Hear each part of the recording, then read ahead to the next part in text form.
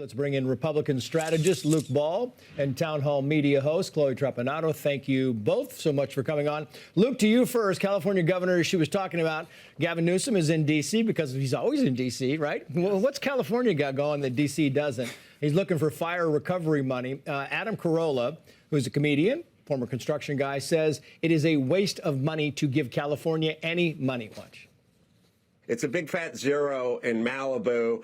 The Palisades has some framing going on, but it's slow and it's not nearly what it could or should be. So we're pretty much at a zero. I don't know. Maybe we'll finish that bullet train before we get Malibu put back together. The bullet train's in year 15. Not a foot of track has been laid there. And the build in the Palisades, Malibu, you look at it's all very badly done. There's a reason Gavin Newsom's going to have trouble getting the $33 billion in federal funding he wants from the president, and it's because in 2018, in 2019, in 2024, and probably many other times, the president publicly said, we're sending you billions of dollars of preemptive funds to stop the wildfires, to do preventative management on the force, and you're not doing anything with it. And so now the governor is coming back and saying, I've done all of this work, but a study showed that 690% inflated rates were coming back. He was saying, I've done all of this acreage, and then he had not done all of that acreage. So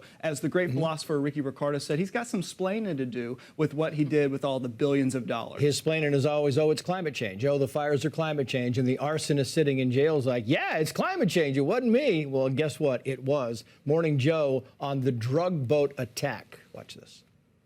These guys were going to climb back on board and continue their drug run. That's one of the reports. Which is totally insane. Which is insane. Right. Yeah. That's part of the spin we're hearing this morning, that those two people were still a threat. Therefore, the double tap to be annihilated. was warranted. But again, that's just today's explanation. I know they're siding with ICE agents, Chloe. I mean, I get that, but there's zero evidence. They saw the admiral said it was by the book, and they are still siding with the drug dealers in this, and I don't quite get it.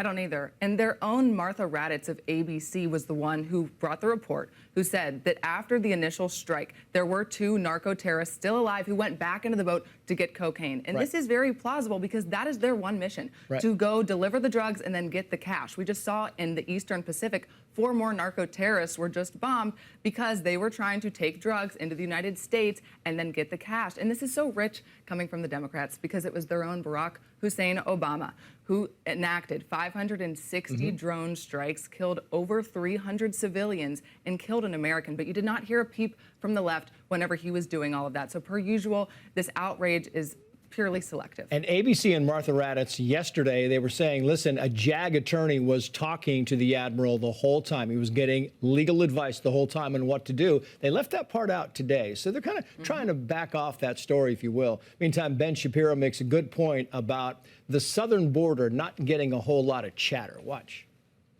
There are no Democrats, of whom I'm aware, who are coming out regularly and talking about the evil Trump administration shutting down the southern border. Even Democrats have acknowledged that this is a win for the Trump administration. They're taking the southern border off the table because Trump largely solved the problem, and they're not campaigning to reopen the southern border.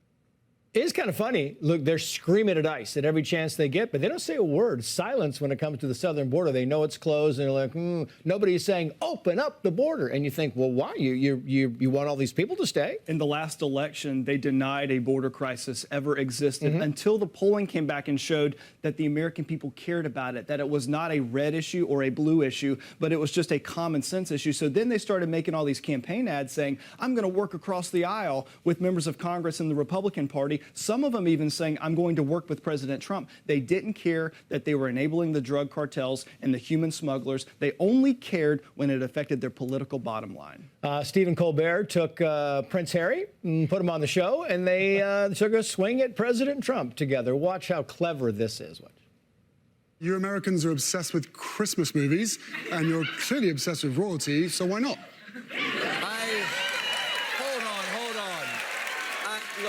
Look, I wouldn't say we're obsessed with royalty. Really? I heard you elected a king. That's a fair point. I mean, Obvi.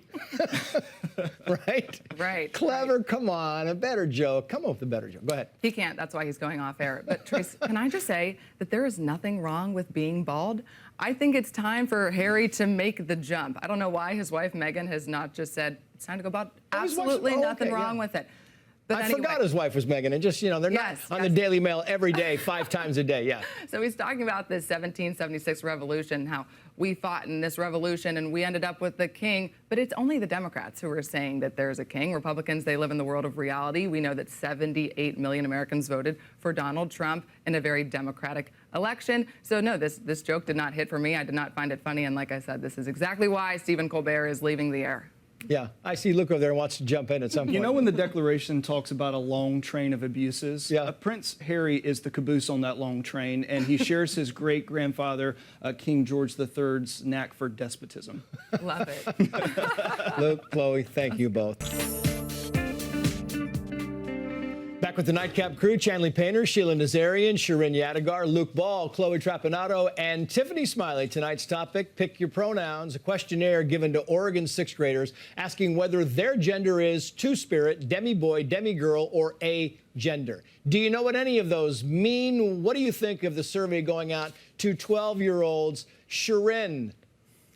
I had no idea what these were, so I asked my daughter at the dinner table, and she told me that her school actually had an assembly to explain these terms to the children, which I think is completely ludicrous because kids at this age should be learning multiplication and science and reading. Chanley. Yeah, I agree with that. I did not know these terms, and I don't think a 12-year-old or a 6th grader should know them either. Why are we not protecting the innocence of our precious American children, Trace? Dr. Nazarian.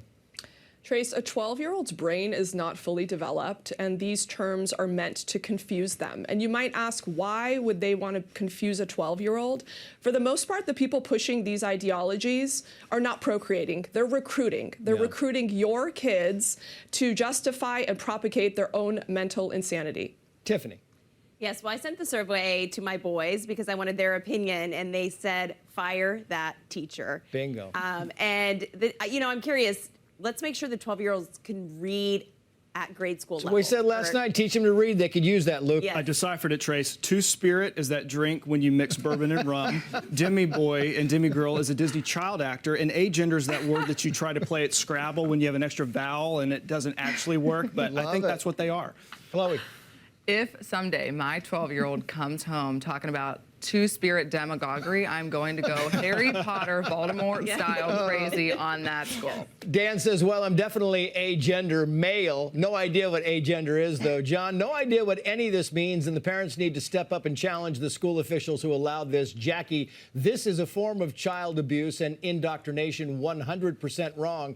R says educators need to teach basics. The social indoctrination of young minds in schools is an abomination. Mike says, I asked my 11th grader if she knew what those terms were. She had no idea. Then I had to admit it, 60 years old, I had no idea either. Teresa, 6th graders everywhere must focus on school studies, not some confusing conjured gender designation. And Heidi, are just plain girl and boy even options? That survey would have me at the next board meeting. Thank you for watching America's Late News, Fox News at Night.